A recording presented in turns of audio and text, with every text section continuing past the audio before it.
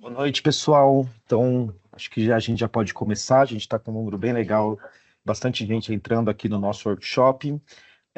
Vamos começar. Bom, deixa eu me apresentar para quem ainda não me conhece. Eu sou o Lucas Campati, faço parte aqui da equipe de qualificação do Mapa Genoma Brasil. E para darmos início a esse workshop, a gente vai convidar o José, que é o nosso head aqui da qualificação, para apresentar um pouquinho o Mapa Genoma Brasil e depois dar a palavra para os nossos palestrantes. Sejam todos bem-vindos e bem-vindas, e eu espero que aproveitem bastante esses 5 dias.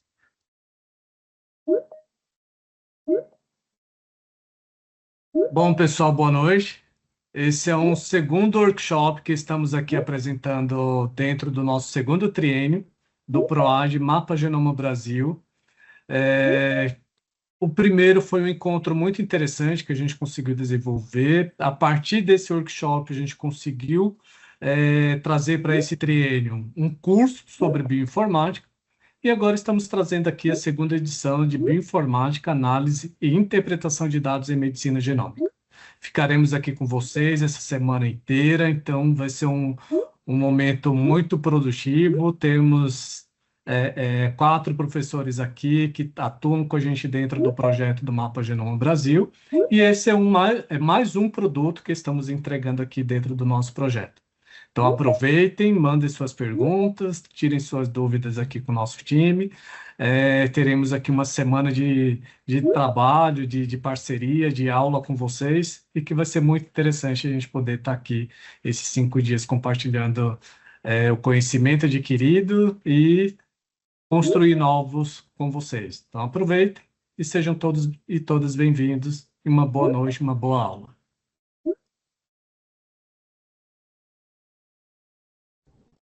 Oi, José. Tudo bom? Eu sou a Esther. A gente tinha mais um slide também falando sobre algumas partes burocráticas do curso, né? Sim, eu vou pedir para a Antônia passar aqui esse segundo slide, então a gente já vai trazer aqui esses recados. Obrigado, Esther, para que a gente possa falar um pouquinho sobre como que vai se dar, né? Então, a aula inaugural hoje, às 19 horas, então a gente começa aqui essas primeiras informações gerais. Para receber o seu certificado deste dia, deve acessar o formulário com o link no chat, que a gente vai estar disponibilizando aqui todos os dias. Nas nossas redes sociais também iremos disponibilizar sempre o chat onde vocês devem fazer essa consulta. E depois a gente vai fazer diariamente e você receberá o link com cada aula através do e-mail que foi cadastrado. Então, para cada dia, a gente vai enviar um novo link, porque é uma forma que a gente utilizou para que a gente possa não só disponibilizar o link da semana, mas também vocês tenham acesso ao certificado se conseguiu participar só da aula de hoje, vocês não serem prejudicados. Então, a ideia é que a cada aula vocês recebam os seus certificados. E em relação a alguma dúvida, esse é o nosso telefone e o nosso e-mail do Mapa Genoma Brasil. Então, qualquer dúvida que vocês tenham, a gente também vai colocar e disponibilizar aqui no chat nosso telefone e o nosso e-mail, que a gente pode disponibilizar para vocês. Então, não se preocupem em relação a qualquer dúvida que vocês tenham e não consigamos responder em tempo oportuno. A gente tem aí o telefone, que é pelo WhatsApp, a gente consegue falar com vocês. E também por e-mail, qualquer dúvida que vocês venham ter, é só nos acionar que estaremos aqui à disposição para ir tirando essas dúvidas e trazendo as informações que vocês precisam. Combinado? No decorrer também aqui da aula, a gente também vai estar respondendo as perguntas que vocês vão tendo aqui, conforme os professores vão trazendo os temas, a gente vai trazendo também as dúvidas e respondendo as perguntas que vocês construírem no decorrer da aula. Então é isso, Esther. Muito obrigado.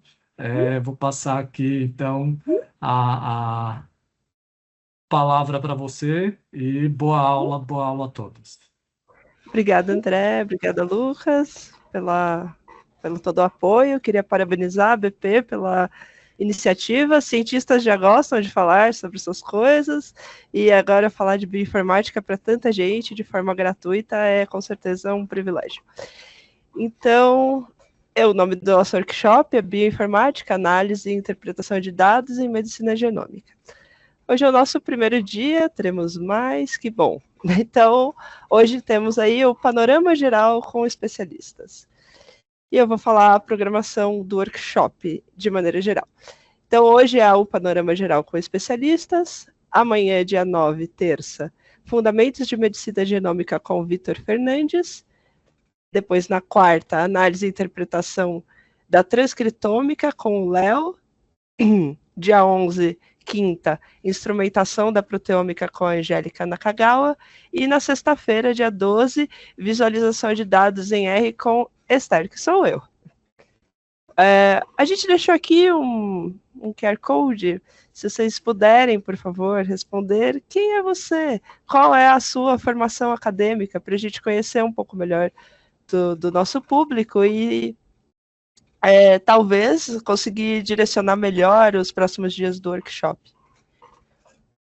Então, não sei se deu tempo aí, todo mundo já apontou sua câmera. Então, agora, as pessoas que vos falam, vamos falar um pouco de si.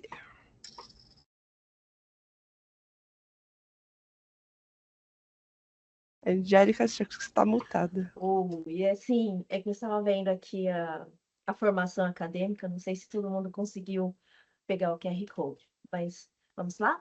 Então, qualquer coisa depois a gente volta, tá, gente? Com relação, né, então, me apresentando, eu sou Angélica Nakagawa Lima. Eu tenho uma formação um pouquinho diferente, né? Então, eu sou física, fiz um curso chamado Física Biológica, lá na Unesp de São José do Rio Preto, em São Paulo. E lá na graduação eu já comecei, como eu já trabalhei com programação antes, tinha feito técnico, então, na graduação eu já comecei a trabalhar com bioinformática, e trabalhando com bioinformática estrutural. Então, o meu trabalho de conclusão de curso foi a análise, né, e modelagem de variantes da hemoglobina que estão presentes aqui no Brasil, e aí, com isso, a gente criou modelos dessas variantes. Tá? Então, esse foi meu primeiro contato já com bioinformática, e aí depois eu fui fazer meu mestrado, meu doutorado, tanto mestrado e doutorado eu fiz na Universidade Federal da ABC, sou mestre em engenharia de informação e doutora em biosistemas, também trabalhando com essa parte de proteína, com bioinformática. Então, no meu mestrado, eu desenvolvi um programa na linguagem C, trabalhando com dock molecular, e no doutorado, como já era uma área mais biológica, eu trabalhei com uma proteína específica, que é a prion, que está relacionada com doenças neurodegenerativas, onde a gente estudou como que seria o processo para ela sair do seu estado nativo para a forma infecciosa. Então, essa foi a minha tese de doutorado. Depois do doutorado, eu fiz alguns pós-docs, né? Então, fiz na Universidade Federal do Triângulo Mineiro, depois voltei para a UFABC, fazendo mais 2 pós-docs, e depois disso eu tive a minha o meu primeiro contato com a docência. Então, de 2019 até 2021, eu fui professora visitante na Universidade Federal da ABC, onde trabalhei ensinei e lecionei com programação, então, programação orientada a objeto, programação estruturada, para os cursos iniciais, né, que é o bacharelado em ciência e tecnologia, e para os cursos de ciência da computação e engenharia da informação. Após esse tempo, que era um contrato com tempo determinado, né, de 2 anos, eu tive meu primeiro contato. Agora eu saí um pouquinho da parte de biologia estrutural, de informática estrutural, trabalhando com proteínas, e fui para a parte de genômica, que foi como bolsista FAPESP, lá na Unicamp, com a professora Isia. E depois disso, vim para o INCOR, então eu estou aqui desde 2022, né, fazem 3 anos, trabalhando no Mapa Genoma Brasil, no PROAD SUS, sob informata sênior, trabalho no projeto de cardiogenética, e, além disso, eu fiz uma segunda graduação, já que eu tenho esse pezinho também na computação, então eu sou tecnóloga em ciências de dados, e atualmente também eu leciono em uma universidade particular, também nos cursos de ciência da computação, engenharia da computação, análise de desenvolvimento de sistemas. E eu acho que eu passo a palavra para a Esther. Obrigada, Andy. Eu me sinto super constrangida agora de mostrar a minha formação acadêmica. Bom, eu sou a Esther, eu fiz biologia no Mackenzie e depois disso eu eu fiz uma especialização em biologia molecular aqui pelo HC e aí era bancada, pipetar, só que sempre tem nos laboratórios aquele dado que está jogado num canto, que ninguém sabe analisar, precisa aprender a programar para analisar. No meu caso, eram dados de microarray, que nem se faz mais hoje em dia direito, mas eram dados de expressão gênica, comparando tumores, e precisava de alguém para olhar essas tabelas. E falava, meu Deus, as tabelas não abrem no Excel, não, tem que aprender a programar e abrir em R. E aí foi aí que eu comecei a me direcionar para a programação. E no meu mestrado, eu trabalhei com dados de câncer, e o ponto principal era fazer um banco de dados com dados de genômica e de expressão gênica em câncer, mas a gente sempre acaba fazendo outras análises, né, além das coisas de banco de dados que geralmente se usa SQL, que é uma linguagem de programação, a gente também faz análises de dados, e aí foi onde eu realmente comecei a polir a minha afinidade pelo R, que é o programa de análise estatística, que eu vou mostrar para vocês na sexta-feira. E hoje em dia eu já estou indo mais para um lado mais de análise de dados mesmo, que poderia ser aplicado para qualquer coisa, além de biologia, mas também, sei lá, o mundo business, que é o MBA da Poly em Data Science e Analytics para operações. Como eu falei, eu gosto bastante de R, e aí eu trabalhei nessa empresa, chama DX Lab, dando aulas e fazendo consultoria nessa linguagem. E hoje em dia eu sou bioinformata plena daqui do HC, do Laboratório de Genômica Molecular, Laboratório de Genética Molecular e Cardiologia, aqui no INCOR. Então eu voltei, né? Eu estava no HC em 2011 e aí eu voltei para o HC agora em 2022 para fazer parte aí do projeto Mapa Genoma Brasil. Vou passar agora a palavra para o Léo.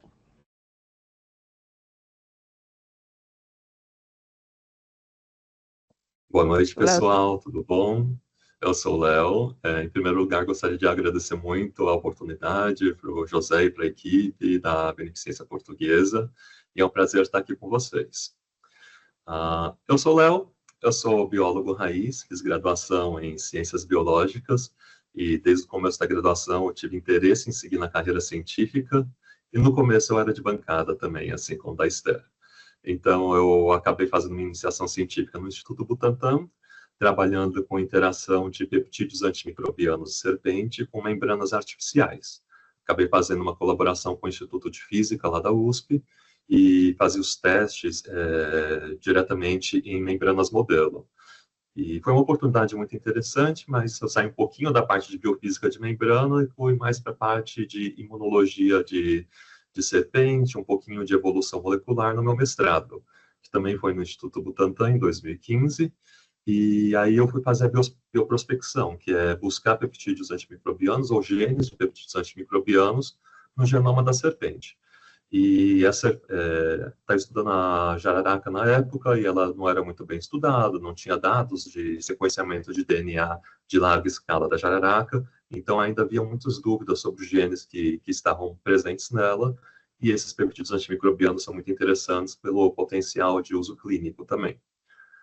No finalzinho do mestrado, começaram a fazer o sequenciamento da jararaca, e daí eu já tinha os meus resultados de bancada, né, já tinha diversos genes que eu utilizei métodos mais antigos para sequenciar, e acabei entrando em contato com alguns colaboradores lá do Instituto Tanta que estavam fazendo sequenciamento e descobri o incrível mundo da bioinformática, e passei a trabalhar um pouco com esses dados de sequenciamento, fiz um pouco de filogenia, e botei o pezinho na bioinformática lá e falei, não, é isso que eu quero. E aqui fica um recado para o pessoal, né? Eu já fiz a graduação, o mestrado em biologia pura, e quis fazer mudar um pouquinho de área um pouco mais velho já, né? Já estava com os meus 29 anos e foi totalmente possível. Então, para quem já está nessa idade pensando, será que vale a pena ir para a bioinformática? Gente, é um caminho ótimo também. Sempre vale a pena ir para a bioinformática. Exatamente, certo. Depois, no finalzinho do meu mestrado, eu passei mais um ano lá no Instituto Butantan. O mestrado fiz com a professora Nancy Ogiura, do Laboratório de Ecologia e Evolução, e continuei com ela como técnico de laboratório, terminando meus experimentos e começando a estudar programação, porque na época eu não sabia programar. Então, a partir daí, eu comecei com Python, depois fui para o Incrível R, que a Esther tanto ama, e acabei entrando no doutorado em bioquímica, saí das serpentes e entrei na área do câncer também.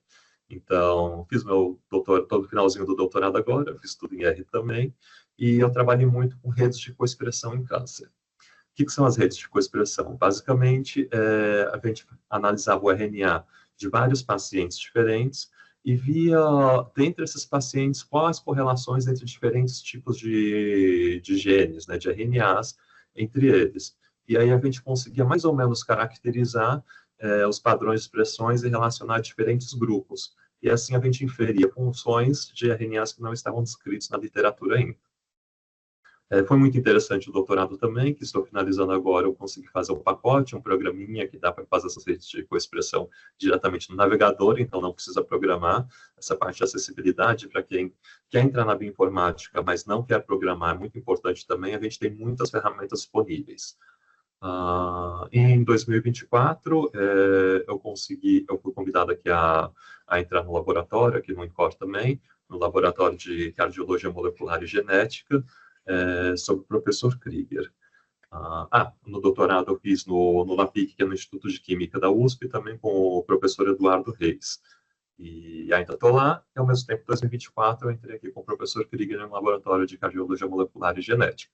E aqui eu sou um bioinformata padrão. Eu faço análise de dados, o pessoal fala tipo endpoint no final, né, do pipeline, e é mais relacionar com a parte biológica e a parte de computação.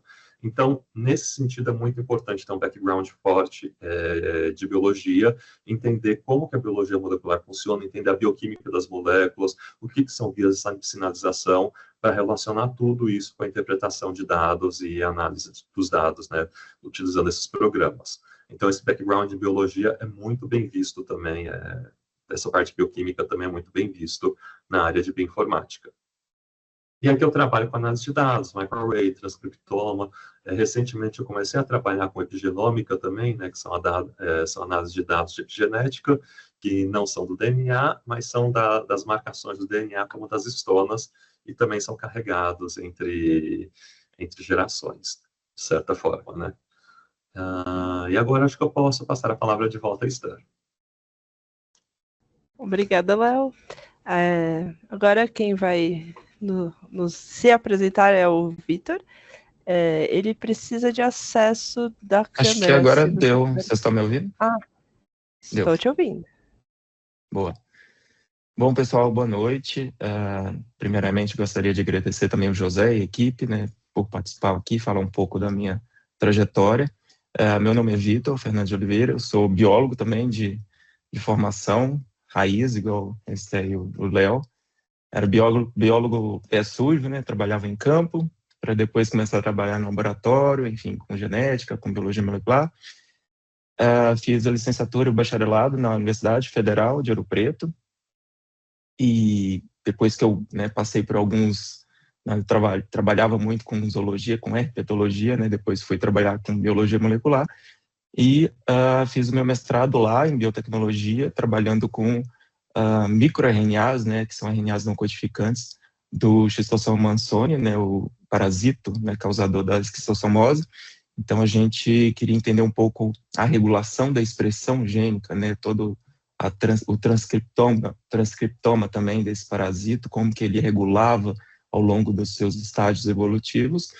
E no doutorado, eu continuei essa linha de pesquisa, mas trabalhando com RNAs longos, não codificantes, que também são RNAs não codificadores que regulam vários níveis da expressão gênica também no mesmo parasita.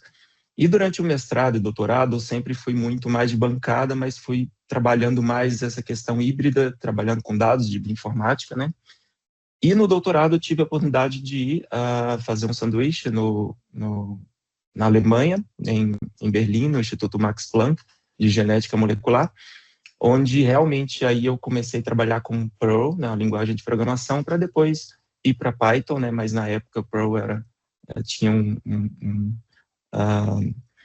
um coro maior, né? Tinha mais algoritmos na época em Perl, e né, lá eu terminei essa linha de pesquisa, e depois eu entrei na Universidade Federal de Ouro Preto, na Universidade de São Paulo, como pós-doutorando. Foi o meu primeiro pós-doc, no laboratório de biologia molecular aplicada ao diagnóstico de farmacogenômica. Lá eu trabalhei com a farmacogenômica de hipercolesterolemia familiar, uma dislipidemia genética, né, monogênica. Então trabalhava muito com essa doença, que é uma doença rara, e a parte da resposta aos fármacos, né, que são utilizados nessa dislipidemia. Né? Então trabalhei muito com essa parte genômica, né, e saí então da transcriptômica para a genômica. E o meu segundo pós-doutorado também foi na USP, no Laboratório de Genômica Fisiológica da Saúde Mental, lá no ICB. Eu fui bolsista, no primeiro pós-doc eu fui bolsista FAPESP, no segundo eu fui bolsista do NIH, mas trabalhando aqui na USP, e trabalhei com a genética do TDAH, né, o transtorno do déficit de atenção e hiperatividade. Né, a gente trabalhava com várias neurodivergências, né, transtorno do espectro autista, enfim, transtorno bipolar, vários outros que correlacionam com o TDAH em vários aspectos. E aí, nesse pós-doutorado, eu trabalhei mais com DWAS, né, o estudo de associação ampla, que eu vou falar um pouco mais para frente, mas é um estudo maior, né, mas ainda assim é na genômica também. Fui professor também na PUC do Paraná, na pós-graduação. Trabalhei como bioinformata também na Unicamp, e atualmente sou bioinformata sênior aqui do Laboratório de Genética Molecular em Cardiologia, do INCOR, né, do Instituto Coração, em São Paulo. E é isso, pessoal. Obrigada, Vitor. Bom, Obrigado. Agora o Léo vai nos brindar com sua apresentação sobre o dogma central da biologia molecular, para a gente começar todo mundo na mesma página. Bom, gente, aqui eu vou dar uma pequena introdução sobre biologia molecular. Eu acho que é muito importante para a gente prosseguir com esse workshop. Então, não vou aprofundar muito nos aspectos bioquímicos. Eu quero aprofundar um pouco mais na parte funcional e tentar atiçar um pouco a curiosidade de vocês também para a quantidade de informação que tem no genoma de uma célula, quantidade de informação que as moléculas carregam, quantidade de células que nós temos e como a gente lida com toda essa informação, né? Então, vamos passinho por passinho, e muitos de vocês provavelmente já ouviram esse termo, né, dogma central da biologia. O DNA vai dar origem ao RNA, que vai dar origem à proteína. Quando a gente fala sobre isso, a gente está falando mais do fluxo de informações. O DNA contém uma informação que vai ser passada para o RNA, e essa informação do RNA vai ser passada para a proteína. Essa informação segue esse fluxo. Pode passar, Esther.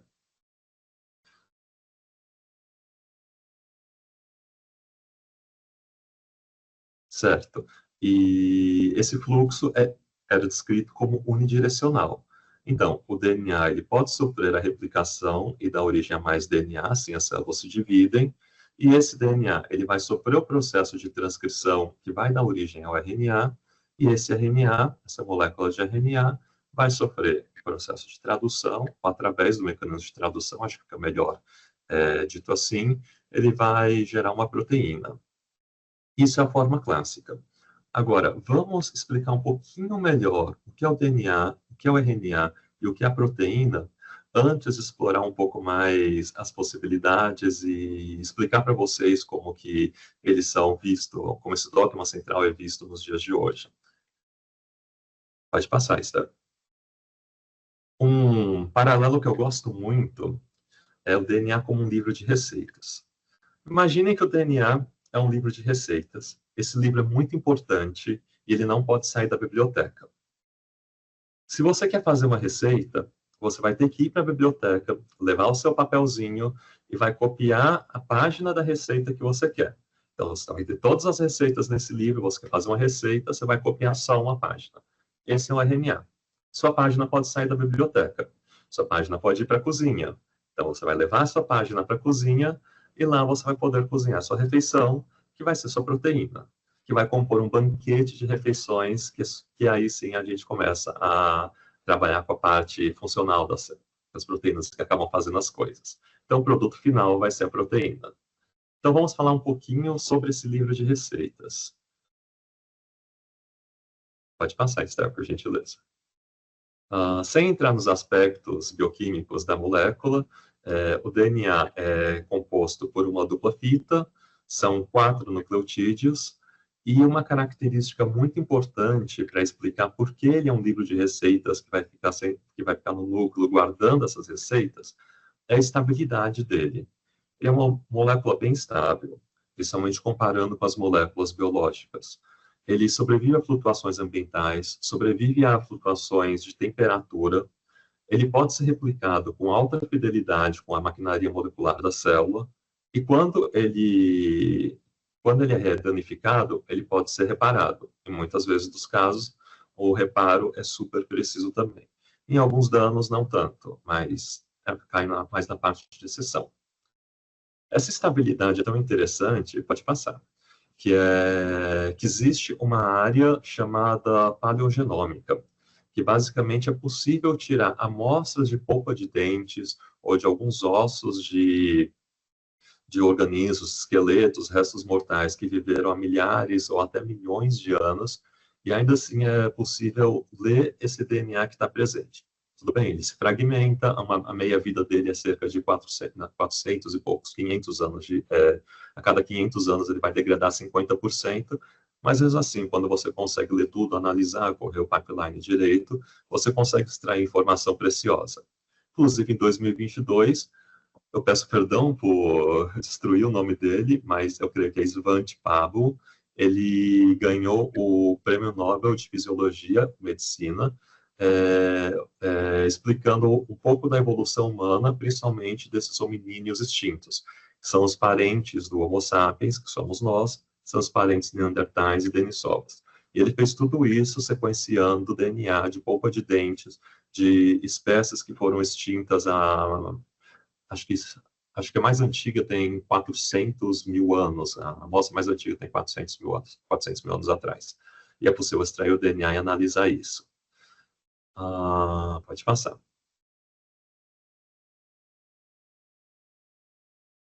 E onde o DNA fica localizado? Onde é a nossa biblioteca? É o núcleo da célula.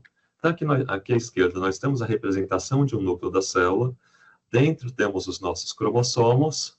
E os cromossomos, basicamente, é essa dupla fita de DNA que eu mostrei, altamente condensada. Ele está tão enroladinho e associado a outras proteínas que, se a gente esticasse o DNA de um único cromossomo, perdão, todo o DNA de uma única célula, daria cerca de 2 metros de altura. Boa sorte para fazer isso, porque ele vai quebrar antes, porque ele é muito fininho. Mas acreditem na matemática, ele é bem grande. E aqui nós vemos os níveis de compactação, desde do cromossomo, que tem a espessura de 1.400 nanômetros, até as fitas de cromatina, essas alças mais empacotadas com as estonas, ou o colar de contas, que seria o DNA associado às estonas, que são proteínas que ajudam a empacotar e proteger ele também, tem um papel regulatório muito forte, que a gente pode falar depois, e até a dupla fita simples, só do DNA, que tem a espessura de 2 nanômetros. Ele tem várias formas que ele se empacota. Inclusive, existe aquela matemática que o pessoal adora, que se você esticasse todo o DNA do seu corpo humano, de todas as células do seu corpo humano, você conseguiria ir para o Sol e voltar 30 vezes. Pode passar, Esther. Isso porque nós temos cerca de 30 trilhões de células. Nem todas são células que têm DNA, como, por exemplo, boa parte dessas células são de hemácias. As hemácias são anucleadas, ou seja, não tem núcleo, logo elas não vão ter o DNA nuclear. Podem ter outro tipo de DNA. Mas o principal que nós estamos falando aqui é esse DNA que fica presente no núcleo. E dentro de cada uma dessas células somáticas, que são células não germinativas, né, nós temos 22 pares de cromossomos autossomos e um par de cromossomos sexuais. Se a gente olhar todo esse DNA que está nesses cromossomos, nós vamos ter cerca de 30 mil genes codificantes, ou seja, genes que vão dar origem às proteínas, de acordo com aquele dogma padrão, DNA, RNA, proteína, serão genes que vão dar origem ao RNA, que vão dar origem à proteína. E juntando toda esse DNA, teríamos 3,2 bilhões de pares de bases. É muita informação. Hoje saiu uma notícia, inclusive, de uma empresa, acho que Atlas, se não me engano, que eles estão tentando fazer um HD de computador com base em DNA, que, de acordo com eles, pela compactação do DNA e estabilidade, ele conseguiria armazenar 1000 vezes mais informação do que os discos modernos e por milhares de anos, se for armazenado da forma correta. Pode passar, Esther. Tô chocada, porque os computadores, eles são 0 e 1, né? Se você tiver 4, que nem o DNA, a TCG, quais são as possibilidades? Pois é. E agora fica a pergunta, né? Nossa, 30 trilhões de células. O DNA delas é o mesmo? Resposta. Depende. O DNA é o mesmo para quem? Se for para o mesmo organismo, sim, o DNA é praticamente o mesmo. Agora, se forem organismos diferentes, aí a gente vai ter uma variação. Porque nós temos mutações espontâneas que ocorrem, essas mutações podem ser germinativas e passadas para as próximas gerações. E dessa forma, ao longo de muitas gerações, nós vamos ter mutações que vão ser características de populações diferentes. Então, as populações têm características diferentes. Assim como vocês provavelmente já ouviram, que algumas populações têm mutações que deixam elas mais sensíveis à lactose, ou seja, elas perdem a capacidade de processar lactose como adultos, ou populações, por exemplo, de algumas populações asiáticas que têm mutações numa enzima chamada aldeído desidrogenase, que ela processa o álcool. Então, essas pessoas, elas têm menor capacidade de processamento de álcool, então elas se intoxicam mais fácil.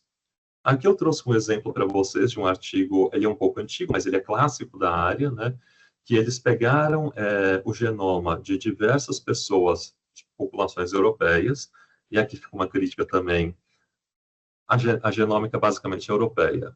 Tem muita coisa dos Estados Unidos também, mas a gente ainda está engatinhando, temos projetos muito interessantes, inclusive temos esse mapa do Genoma Brasil aqui, para populações mais latino-americanas, africanas, populações asiáticas, mas panorama geral. Até agora, a maior parte dos artigos tem mais informações para populações europeias. Isso daí tem um desdobramento muito grande que o Vitor vai abordar na aula de DNA dele, não percam, que é muito bacana essa parte. Mas aqui nesse artigo, focado nessas populações europeias, basicamente eles pegaram o genoma completo, o DNA de todas essas pessoas, e eles tentaram processar e ver quais genes eram mais parecidos com quais, quem tinha determinados polimorfismos, e quando eles fizeram essa análise, eles conseguiram replicar basicamente o mapa da Europa Central. Eles perceberam que países vizinhos tinham uma genética mais parecida, países menos vizinhos, países mais distantes, iam perdendo essa similaridade conforme a distância. Isso tudo por causa desses polimorfismos que vão sendo passados para as próximas gerações, e isso ocorre mais entre os cruzamentos de populações mais próximas, né? É um artigo muito interessante. Eu sempre deixo, nesses artigos, eu sempre deixo o DOI, que é basicamente o código do artigo aqui embaixo, e se vocês quiserem acessar, vocês podem tirar um print, anotar, ou provavelmente os slides vão ser liberados, mas em algum momento também. Pode passar, Esther. Muito bem, e eu falei de mutações, né, que podem dar origem a polimorfismos ao longo de um tempo evolutivo. Mas, basicamente, as mutações ocorrem espontaneamente. Então, nada mais normal do que nós, organismos saudáveis, começarmos a desenvolver mutações ao longo do tempo, algumas células falham, nós envelhecemos, e algumas dessas mutações, inclusive, podem ser patogênicas, como os cânceres. Elas podem ocorrer de forma espontânea durante a replicação, né, durante os processos, os ciclos celulares normais. Elas também podem ocorrer de forma induzida, como por radiação ultravioleta, ou químicos, como, por exemplo, cigarro, embutidos, que tem alguns outros químicos também, agentes infecciosos, como o vírus do HPV. Podem ocorrer também mutações ao longo da divisão celular ou da reprodução, da meiose, né? Tem aqui representado embaixo. Aqui tem um artigo de revisão muito interessante que aborda isso. E a maior parte dessas mutações, ela vai levar as células a um programa de morte celular. É um programa de apoptose. A célula morre, se a mutação for muito maléfica, for muito prejudicial a ela, a célula vai morrer. Se não, às vezes é uma mutação que não ocorre em nenhum gene importante, ou numa região que não é importante para a célula nesse momento, e continuamos bem. Mas algumas dessas mutações podem ocorrer em genes importantes de formas que prejudicam, né, que podem dar origem, por exemplo, a tumores. Pode passar, Esther. Então, aqui, esse artigo, ele cita diferentes tumores e a quantidade de mutações que podem existir neles. Dá para ver que, de longe, o câncer coloretal é o câncer que mais tem mutações, principalmente porque o tecido do intestino, ele é um epitélio muito fininho, que absorve, tem essa interface, né, com a luz do intestino, e é um epitélio que ele sofre uma duplicação muito grande. Então, é normal em tecidos que são altamente proliferativos acumularem mais mutações, né? Então, parte dessa explicação do câncer coloretal é por causa disso. E se muitas mutações acontecem juntas e acontecem em genes muito importantes, podem levar a tumores. Geralmente é mais de uma mutação, tá, gente? Que escapa, assim, do sistema de morte celular. Em alguns casos, são mutações muito importantes para genes específicos.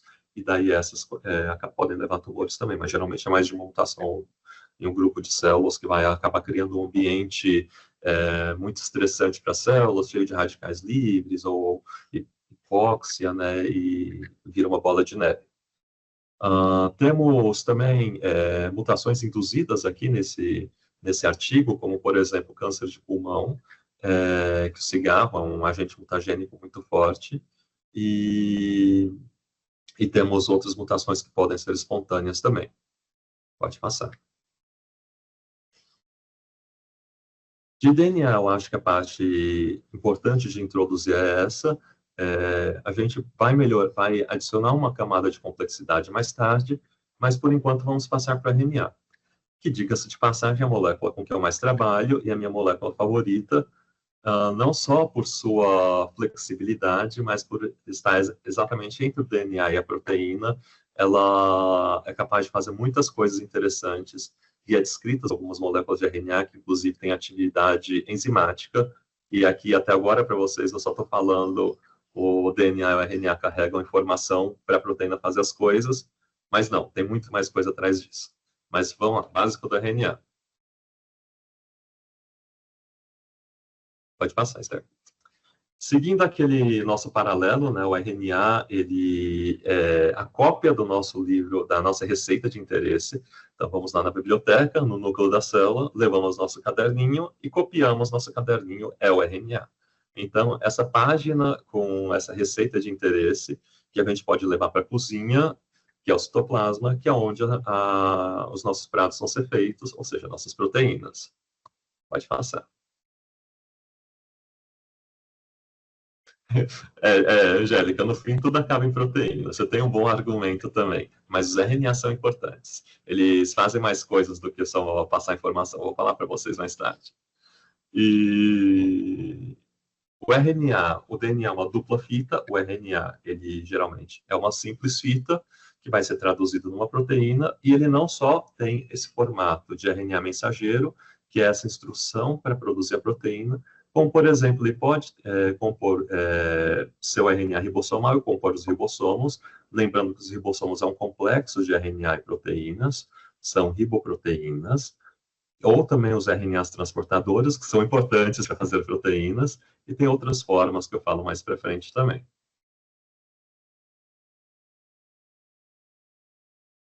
Pode passar, Esther, por gentileza.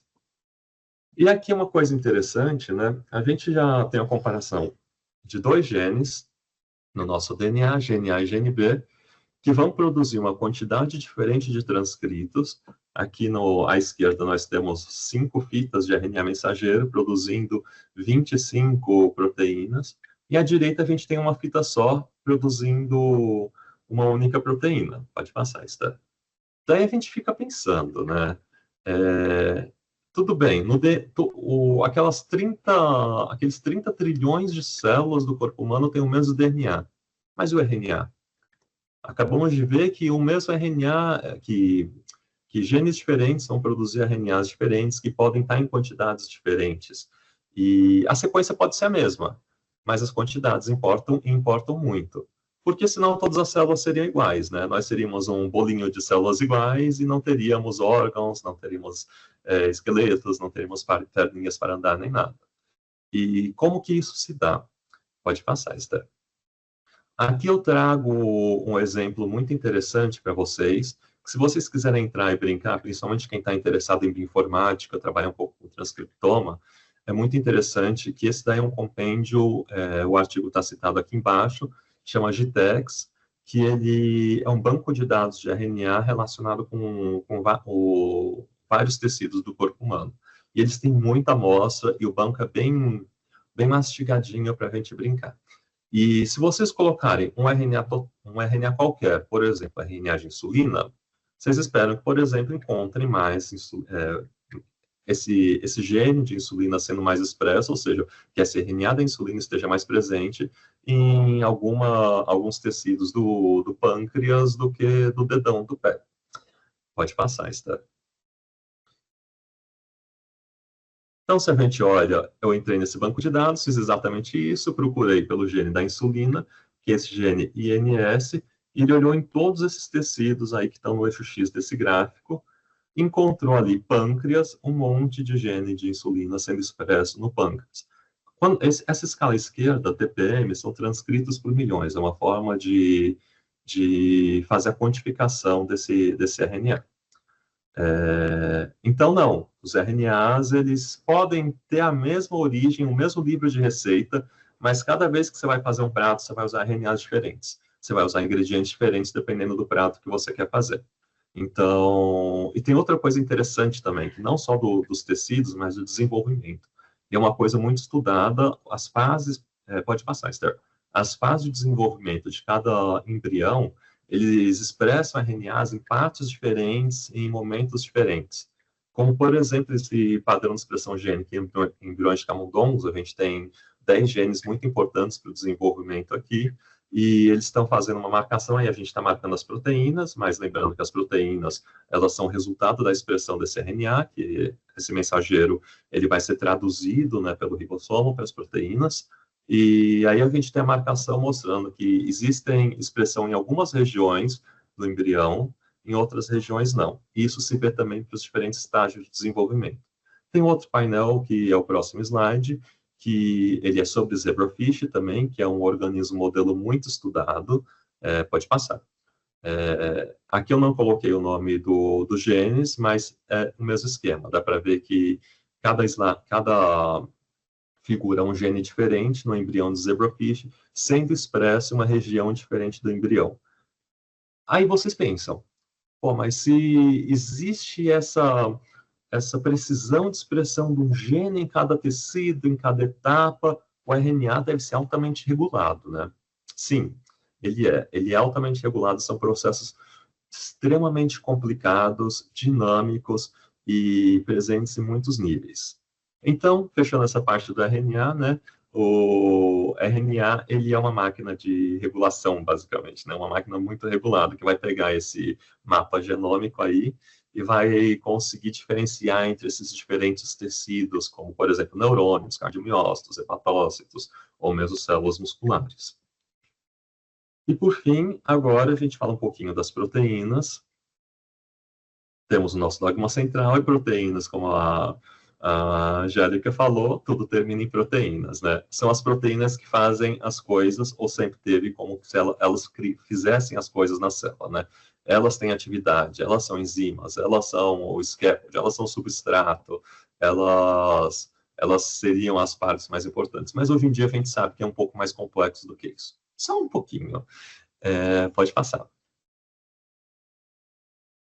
Então, nossa proteína, nosso prato final, a gente pega a nossa anotação lá do nosso livro do DNA que está na biblioteca, escreve nossa receita e leva para a cozinha, e cozinha com os ingredientes que são os aminoácidos fazendo nossa proteína. Pode passar, Esther. E o que elas fazem na célula? Muita coisa. Aqui, a gente tem exemplos de proteínas que, em sua maior parte, elas têm sítios de ligação, elas ligam com outras proteínas, ligam com íons, ligam com DNA, ligam com RNAs também, ligam com muitas coisas, mas elas também podem ter atividade catalítica, que é uma atividade enzimática para quebrar ou juntar coisas, né? Como óxido redutases, transferases, hidrolases, ligases, e assim em diante. Elas também podem ter atividade regulatória, atividade de receptor, transdução de sinal, fatores de transcrição, servir simplesmente como arcabouço, ou seja, ter um papel estrutural, como o citoesqueleto da célula. Ou seja, elas têm diversas funções. Pode passar. E aqui também é outro slide, se vocês quiserem dar uma lida mais tarde, são as funções principais, ele está citado aqui nesse artigo também, mas funções enzimáticas, estruturais, armazenamento, sinalização, transporte, controle de ciclo e assim em diante. As proteínas, elas são bem diversas e por ter domínios ativos, que aí a gente está mostrando em símbolos embaixo, domínios catalíticos, regulatórios, estruturais. Cada domínio ele vai ser especializado em fazer uma coisa. E o divertido das proteínas é que se você sabe a sequência, você sabe o que o domínio vai fazer. Para montar elas é um pouco mais complicado. Daí vocês assistam a aula da Angélica, que vai ser super divertida, ela vai falar bastante disso. Pode passar, Esther. E como que essas proteínas, né, esses pratos finais complexos de aminoácidos que são juntados no prato, como que eles se dobram na célula, né? Eles podem ter essa estrutura primária, que é o que eu falei, com a sequência dela, que isso daí, essa sequência derivada diretamente da informação do RNA mensageiro. Então, a gente consegue fazer essa parte por informática, dependendo do RNA, a gente consegue imaginar que proteína que vai resultar. Ela pode ter uma estrutura secundária também, né, que ela se forma em folhas beta ou alfa-hélices, e essas estruturas, elas vão se dobrar sobre si mesmas novamente, fazer uma estrutura mais globular, que podem interagir, elas podem interagir entre si e formar estruturas, como, por exemplo, mais complexas, né, que são estruturas quaternárias. E aqui a gente tem um padrâmero dessas estruturas terciárias. Pode passar. E, muito interessantemente, como a gente comentou agora há pouco, essas proteínas também elas podem interagir com o DNA. Isso é muito importante, porque, como eu estava falando, a expressão do RNA é extremamente regulada. E quem que acaba regulando a expressão? São as proteínas. De certa forma, elas são as mais importantes. Os RNAs também ajudam a regular a própria expressão do RNA, a gente vai ver isso daqui a pouco, só por cima.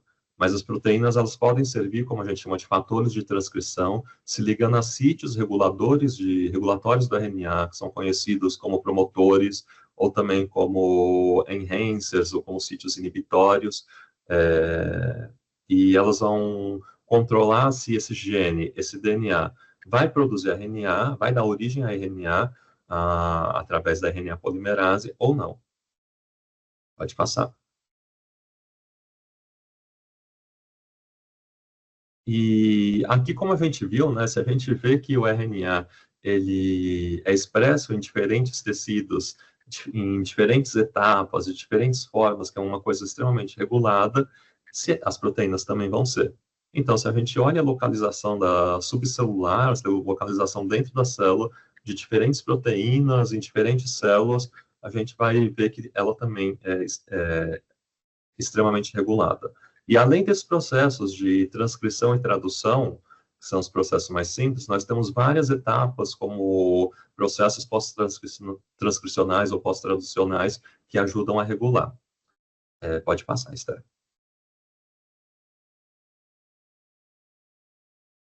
Aqui a gente tem um outro exemplo interessante, né, voltando lá para a história da insulina, que a gente olhou no GTEx. Para a proteína, a gente tem outro banco de dados muito bacana, que é o Protein Atlas. Vocês podem entrar nesse site e brincar também. Vocês colocam um gene de interesse, vocês olham onde a proteína está, o que ela faz, o que acontece se ela for mutada, que tipo de doenças estão associadas a ela. É uma coisa bem interessante para explorar, assim, quando você trabalha com uma proteína específica, com um gene específico, né? E aqui a gente pode ver a estrutura predita da insulina também, que como é uma proteína bem estudada, ela já foi definida empiricamente.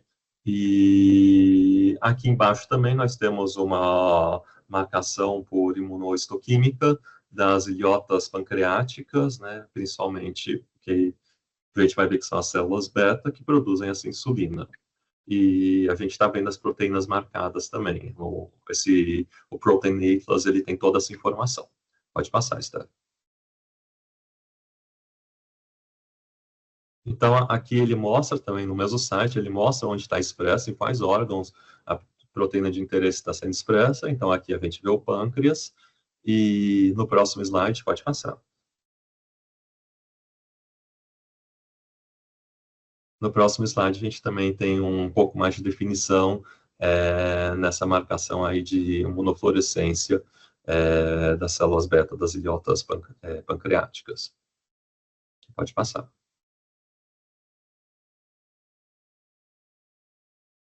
Então, isso fecha a parte de proteínas. Então, a gente produzindo nossas proteínas, cada prato é uma proteína, a gente vai ter nosso banquete da vida, né, compondo nossas células. Tudo isso foi a informação que veio do DNA, que foi passada para a sua cópia do RNA, que você pode levar para a sua cozinha, que é o citoplasma da célula, e produzir suas proteínas. E aí sim, as proteínas que vão fazer as coisas dentro da célula. Com exceções, ou não são exceções, com mais informações. Então, vamos para o próximo nível agora. Passando desse dogma central clássico, vamos adicionar mais uma camada, que já é mais curiosidade, mas é importante falar para a gente não ficar replicando só isso, que a transcrição ela também pode ir para dois lados, né? Embaixo, a gente vê aqui sobre a transcrição reversa, que ocorre em retrovírus, como o vírus do HIV, em que ele vai ter uma DNA polimerase dependente de RNA, ou a retrotranscriptase, a transcriptase reversa. E com base no molde de RNA, ele vai produzir o DNA, e esse DNA vai ser utilizado para codificar os RNAs pela própria maquinaria celular da célula hospedeira, né? E aqui, outro exemplo interessante também, genes que não utilizam a maquinaria da célula hospedeira para produzir o RNA, elas utilizam uma RNA polimerase dependente de RNA, fazem a síntese de RNA dependente do RNA, como, por exemplo, o vírus da influenza. Então, a informação contida no RNA, ela pode dar origem a mais RNA, assim como a gente vê na replicação do DNA. Pensando assim nessa parte clínica, talvez não seja tão interessante. Mas quando a gente pensa nessas enzimas para biotecnologia, elas são enzimas chaves que fazem muita coisa. Principalmente a transcrição reversa, ela que permite todo o estudo de transcriptômica. Sem essa enzima aqui da transcrição reversa, a gente não conseguiria fazer a transcriptômica do jeito que ela é, ter toda essa quantidade de informação. E agora também vamos falar um pouquinho da parte regulatória, né, que é a parte que não é explorada no dogma central. A gente não tem mais essa questão de fluxo de informação, mas eu quero colocar essa camada de complexidade para vocês terem uma noção de que não é uma coisa tão direta. Aquele ajuste fino de todo o RNA, de expressão do RNA, e em consequência das proteínas, né, ele depende de vários fatores. Como, por exemplo, como eu tinha falado de vocês, as proteínas elas podem ser fatores de transcrição, e elas vão regular a expressão do DNA em RNA, né? Os próprios RNAs também, e é uma parte que eu gosto muito, eles não produzem só RNAs codificantes, ou seja, não se produz só os RNAs que levam as proteínas. Eu já tinha mostrado para vocês o RNA ribossomal e o RNA transportador, mas hoje em dia a gente sabe que tem muito mais genes de RNAs não codificantes do que de codificantes. A gente chama de, por exemplo, esses microRNAs ou RNAs longos não codificantes. A gente também tem outros tipos, como RNAs circulares, cRNAs também, né, que são RNAs competitivos endógenos, e eles têm um papel muito importante na célula. E se vocês estão curiosos, são coisas que valem a pena ir atrás, porque nos últimos 10 anos eles estão muito em alta, eles continuam em alta, porque a gente ainda não consegue entender direito sobre eles, né? Eu falo assim direito porque a gente tem boa parte deles caracterizados, mas boa parte não são caracterizados ainda.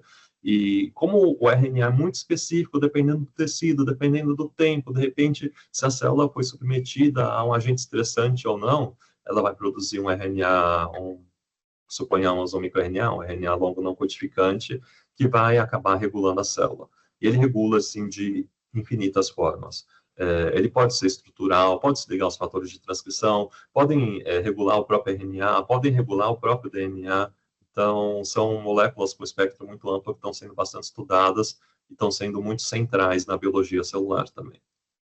Pode passar.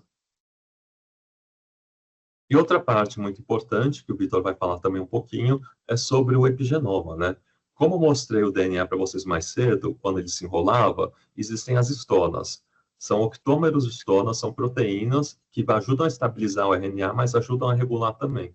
E dependendo dos sinais que essas histonas carregam, o DNA ele pode estar propenso a expressar RNA ou não. Ele pode estar numa conformação que a gente chama de mais aberta ou mais fechada. E essa marcação epigenética das histonas, ela pode ser dada durante a duplicação da célula.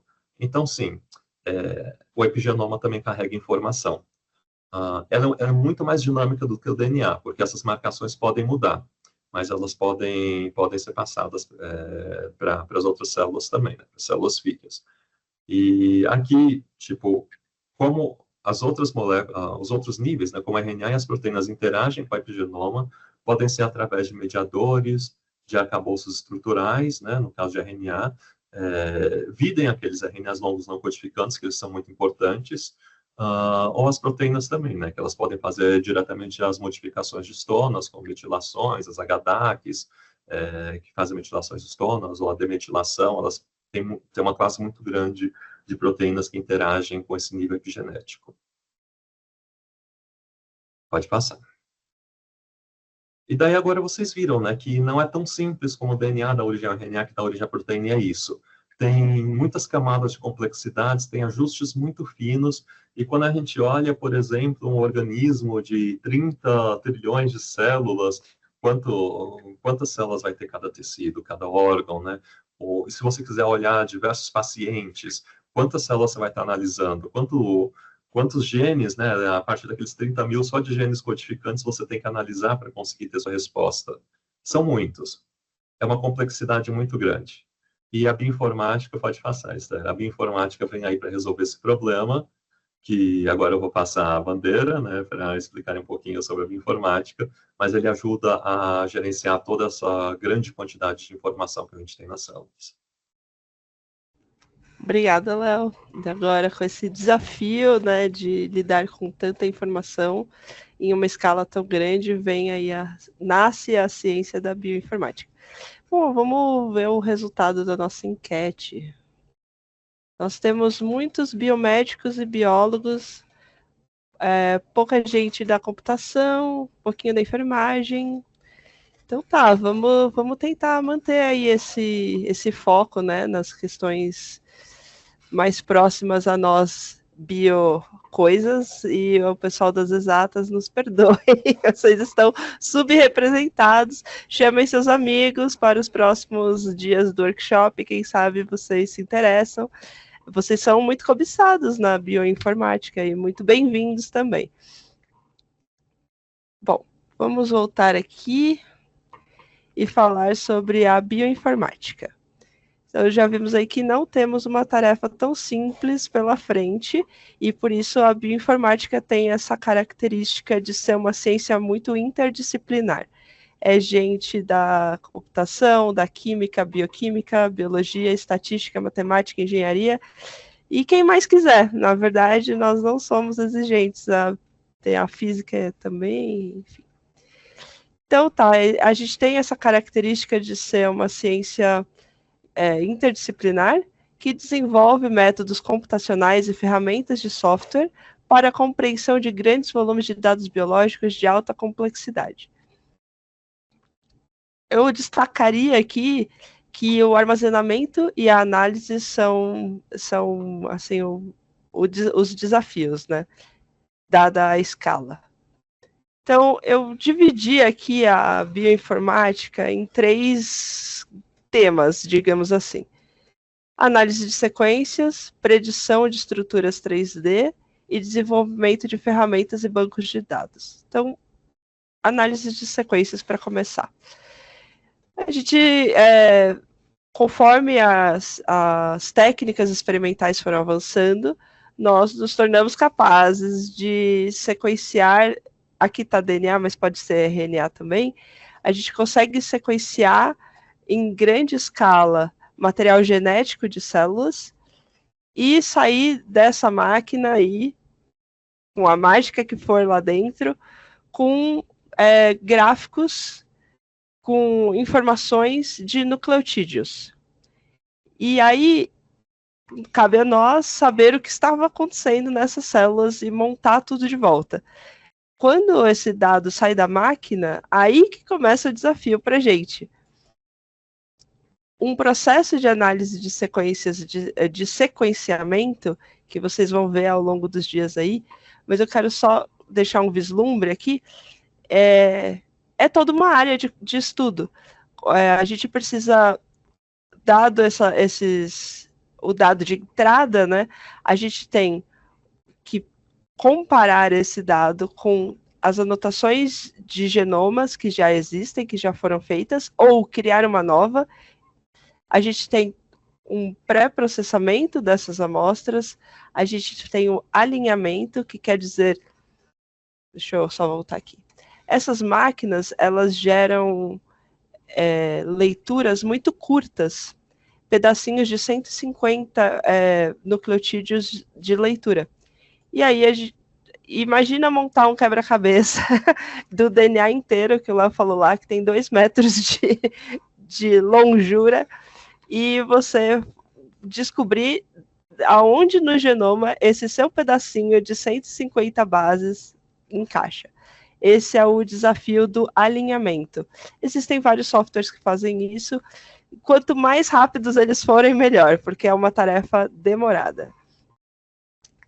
Depois disso, a gente gostaria, no caso do RNA, a gente gostaria de tentar montar de volta os transcritos, né, os RNAs mensageiros. Se for DNA, a gente só quer encaixar eles no genoma e contar quantos reads a gente tem de cada gene. E aí a gente estima a abundância e tenta comparar, então, caso controle, tratamento 1, tratamento 2, tratamento 3, pessoas expostas à radiação, pessoas não expostas, plantas que foram tratadas com algum adubo, sei lá. Aí as possibilidades são imensas. E aí a gente precisa analisar, aqui no caso é um pipeline de expressão, gostaria de saber, então, qual é a diferença de expressão desses tecidos, para isso gerar uma informação que se consolida na visualização dos dados. Então, tem muita coisa que acontece depois que o dado sai da máquina. Ainda no tema análise de sequências, existe toda uma ciência sobre como comparar sequências. Então, supondo aqui diferentes organismos ou diferentes proteínas, como elas como eu sei quem é mais parecida com quem?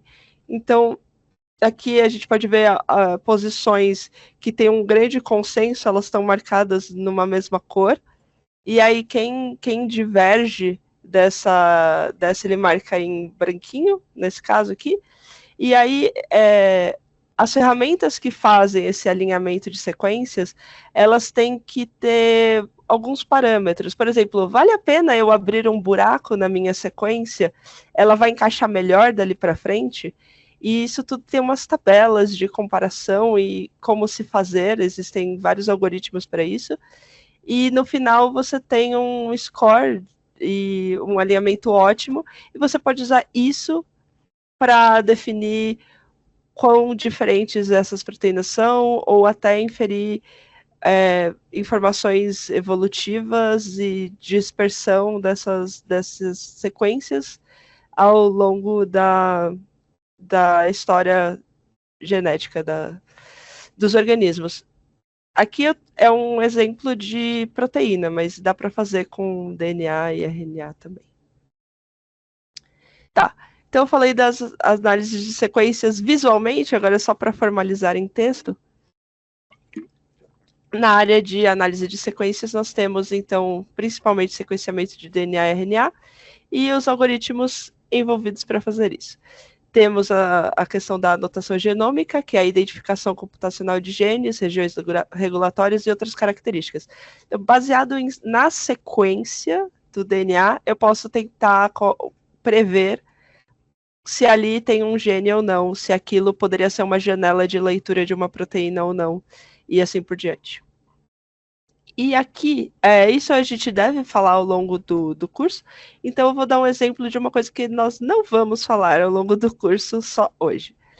Então, um exemplo de genética comparativa. Tem esse caso muito interessante de comparação do genoma humano com o genoma do chimpanzé. Eles são nossos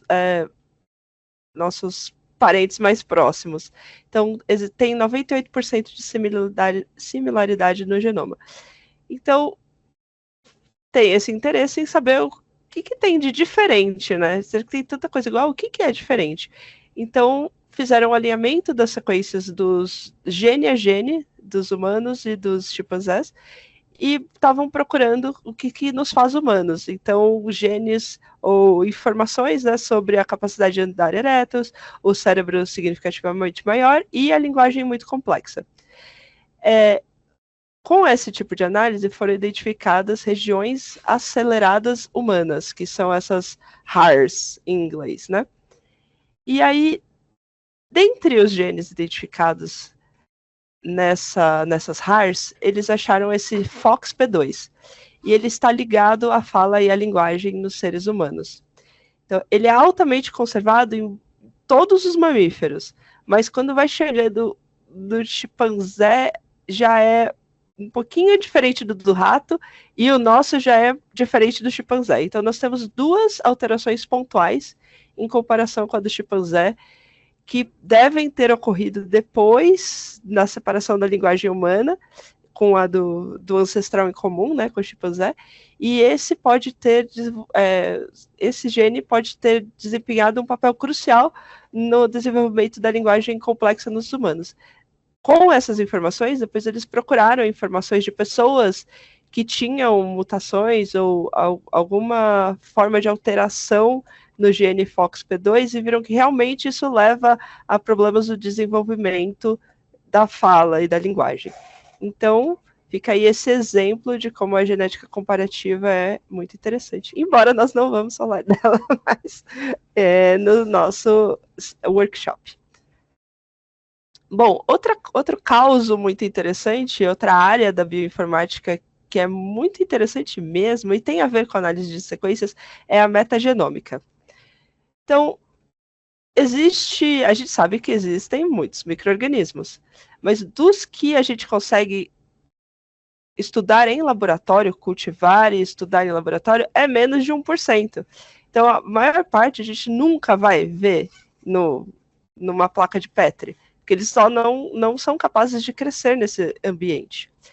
Então, surgiu a metagenômica. E eu acho uma ciência bem vida louca, se me permitem o termo, porque eles estudam tudo ao mesmo tempo, tudo junto, e ao invés de isolar o DNA antes do sequenciamento, que é o que a gente está acostumado a ver. E aí teve uma época que o pessoal estava fazendo metagenômica de tudo, e aí teve esse artigo aqui de 2009 que fizeram metagenômica do vidro de um caminhão, assim. O caminhão andou nos lugares, coisas bateram ali e fizeram metagenômica disso. Enfim, muito esquisito. Mas enfim, você pode pegar, então, os micro-organismos, você pega amostras de solo, de, sei lá, esgoto, compostagem, intestino, boca, você pega tudo junto, extrai o DNA e sequencia. E aí, boa sorte para os bioinformatas, que tem que pegar esses reads, juntar e tentar fazer duas coisas.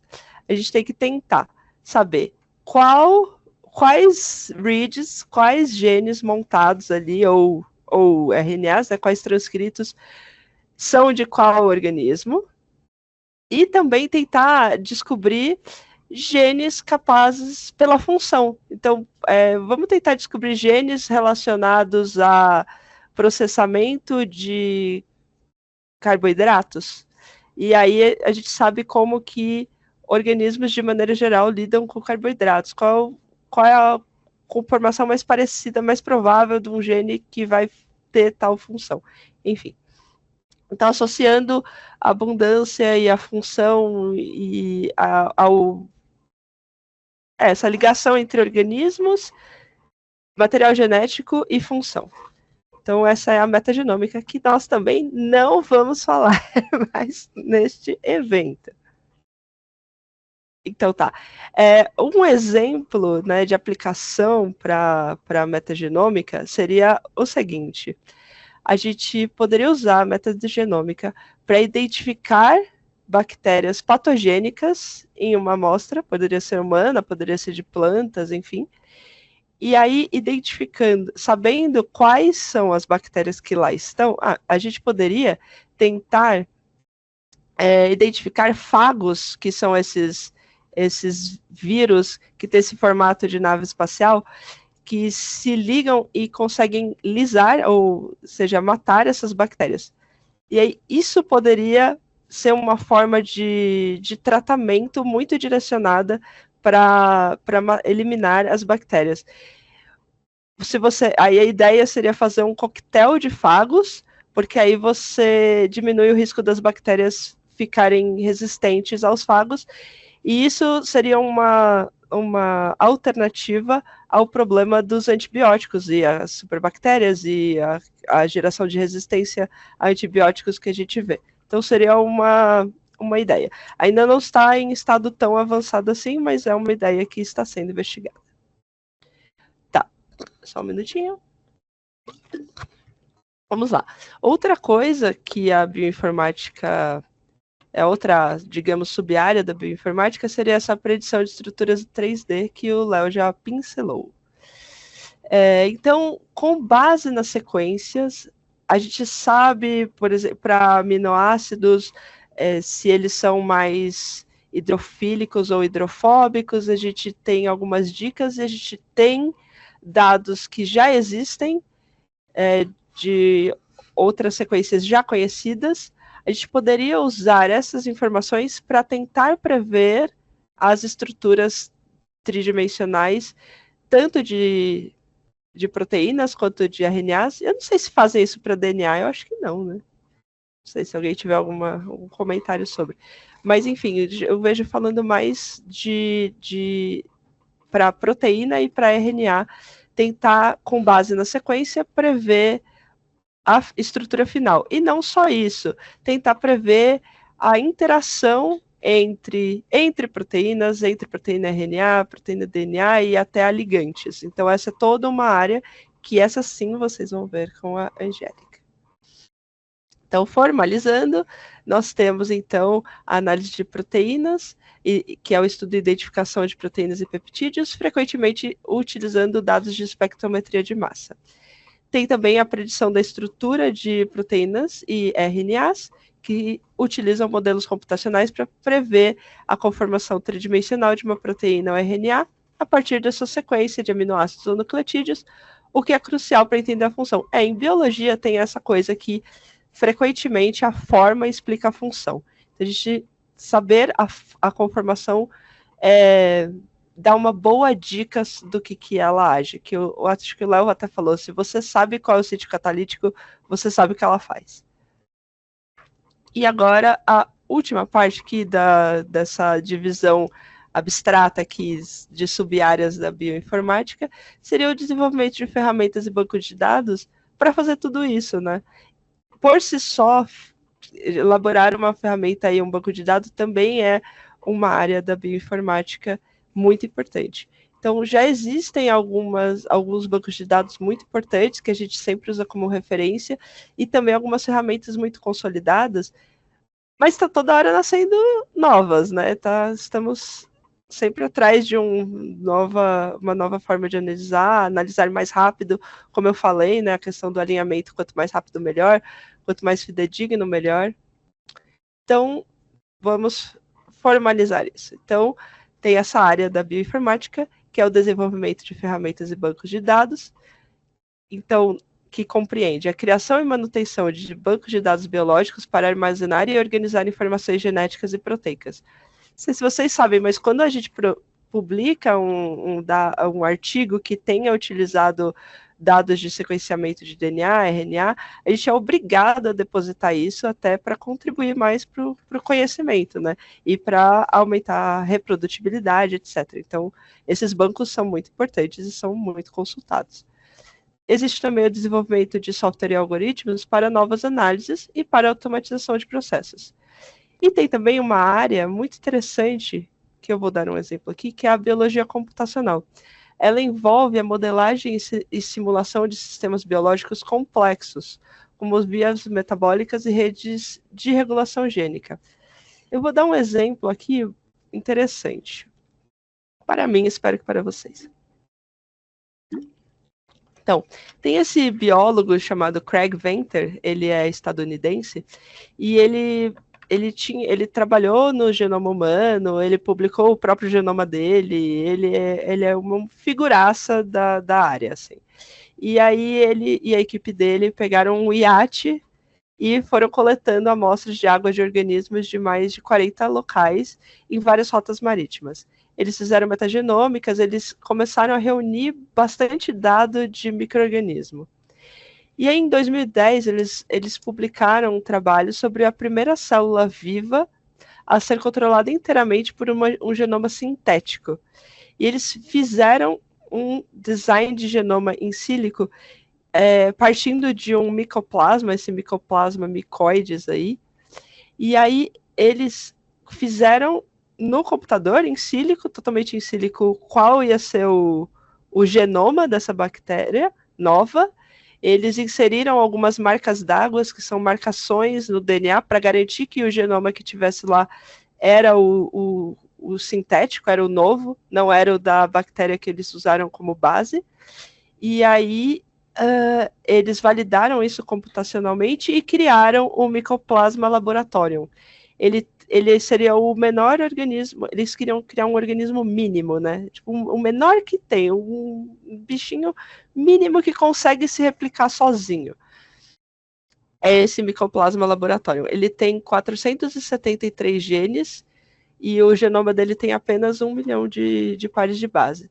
E ele funciona, ele existe e está aqui ele, o Mycoplasma laboratorium, e eu falei que eles fizeram marcas d'água no genoma. Então, eles fizeram um código de letras de ATCGs que correspondessem ao alfabeto e a números. E eles, com esse código que eles inventaram sinteticamente, eles escreveram coisas no genoma desse organismo que eles inventaram. Eles colocaram os nomes de 40 e poucos pesquisadores envolvidos na criação desse genoma, e eles colocaram os quotes. E eles colocaram um e-mail também, para ser o e-mail do organismo. E aí esses foram os quotes que eles escolheram para fazer parte do organismo deles. E esse aqui esse livro American Prometheus é o livro da biografia do Oppenheimer. Enfim, eu achei esse aqui legal. O que eu não consigo construir, eu não consigo entender. E aí eles estão aí justificando porque que eles acharam muito interessante fazer o próprio organismo deles, um organismo mínimo. Então, essa é a minha pincelada sobre as áreas da bioinformática. Espero não tê-los chateados demais, porque várias coisas vocês não vão ver, mas tem muita coisa legal que vocês vão ver neste workshop. Eu vou passar a palavra para o Vitor, que vai falar com vocês sobre as ômicas. Bom, pessoal, então, como a Esther falou, né, acho que agora eu vou entrar nas coisas que a gente vai ver durante a semana aqui, né. As ômicas, na verdade, é a metodologia que a gente achou para analisar, né, várias, de maneira abrangente, várias dessas áreas. Então, integrando o que o Léo e que a Esther falou, né, do Léo lá do dogma central da biologia, o DNA, RNA, proteína, né, basicamente ali, né, dessas três moléculas, com a bioinformática, a gente começa a ter muitos dados para a gente conseguir analisar de maneira eficiente, né? Bancos de dados muito grandes, arquivos muito grandes. Então, as ômicas, elas né, começaram ali primeiramente com a genômica, né? Então, todo o estudo de todo o DNA, depois que a gente teve o sequenciamento do genoma humano, que eu vou falar um pouco melhor amanhã, na aula de amanhã, né, que eu vou focar em genômica. Tem uma série de aplicações, uma série de metodologias para a gente utilizar, mas também vou focar em algumas, né, porque é muita coisa. A transcriptômica, então, né, que é todo, né, os RNAs, não só os mensageiros, mas os não codificantes, como o Léo falou, enfim, outros estruturais, enfim. A proteômica, mesma coisa. Então, essas três ômicas são as que a gente vai focar durante essa semana, né? A transcriptômica, o Léo vai falar na quarta com vocês, e a proteômica, a Angélica vai falar na quinta. E a Esther, na sexta, vai dar uma parte dessa prática de como analisar, né, esses dados dessas ômicas, enfim. Além dessas três principais que a gente vai abordar, pode voltar rapidinho, Esther? Além dessas três, acho que não voltou. Não. Eu prometo que eu além voltei. Acho que está demorando um pouco. Além dessas três ômicas principais que a gente vai abordar, tem outras, né? A metabolômica, para a gente pesquisar e buscar novos biomarcadores. A farmacogenômica, que eu falei com vocês, né? Dependendo das alterações que a gente tem nas nossas enzimas metabolizadoras, a gente metaboliza bem, né? Melhor ou pior algum fármaco. A toxicogenômica, a paleogenômica, que o Léo também falou, que é extremamente importante, né, nesses estudos evolutivos, lipidômica, né, que a gente vê todos os lipídios também, faz estudos mais complexos, e aí vem nutrigenômica, a epigenômica também, o Léo comentou, é extremamente importante para a gente traçar relógios epigenéticos. Hoje em dia a gente tem estudos que a gente consegue ver idades dos nossos tecidos a partir de padrões de metilação na epigenômica. Obviamente, a epigenômica é muito maior do que isso, mas falando da metilação, a gente tem essas aplicações. Pode passar, Esther. Então, vocês estão vendo que as ômicas, eu coloquei só algumas aqui, tem muitas outras, né? Mas focando na genômica, né, que vai ser a primeira aula de amanhã, né, a gente pode estudar o genoma completo, né, que são os GWAS, os estudos de associação genômica ampla.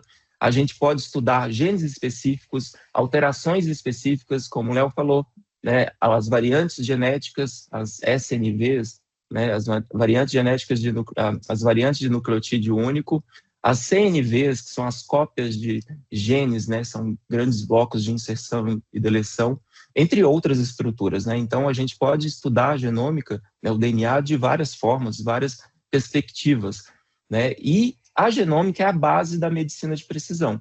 Não querendo, né, falar da parte da RNA e da proteína, né, mas ela começa precisamente no DNA, na genômica, né, que a gente tem os laudos genéticos, e eu vou mostrar um pouco disso para vocês amanhã, nesse foco, né, dessas variantes, das mutações, dos polimorfismos.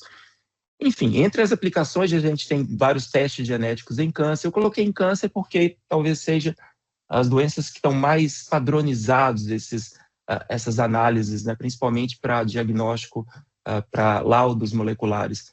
Mas várias doenças raras também a gente consegue identificar, doenças cardiovasculares, crônicas, transtornos do neurodesenvolvimento, a gente também consegue fazer associações, traçar scores de risco poligênico através de estudos de WOS, enfim. A gente consegue, eu lembro que, acho que foi, não, nessa figura não tem, mas tem alguns, o FOXP2 também está relacionado ali a algumas neurodivergências, que a Esté comentou desse gene. Enfim, a gente pode, né, aplicar em várias formas. Pode passar, Esté. Então, na genômica, eu coloquei algumas das aplicações, né, na agricultura, no melhoramento genético, acho que é o que mais foi utilizado depois do sequenciamento humano. Eles sequenciaram várias espécies, né, de vegetais, tinha importância econômica ali na agricultura para fazer edições gênicas, clonagens, enfim, que também entra da biotecnologia, não só, né, dessas culturas vegetais, mas do gado, do suíno, enfim, outras espécies, principalmente na medicina, né, no tratamento de doenças, diagnóstico molecular e terapias, que é o que eu vou focar amanhã, mas vocês estão vendo que tem muitas aplicações da genômica. Na ancestralidade e de WOS, como é que a gente calcula a nossa ancestralidade, quantos % eu tenho, né, do meu genoma europeu, africano, enfim.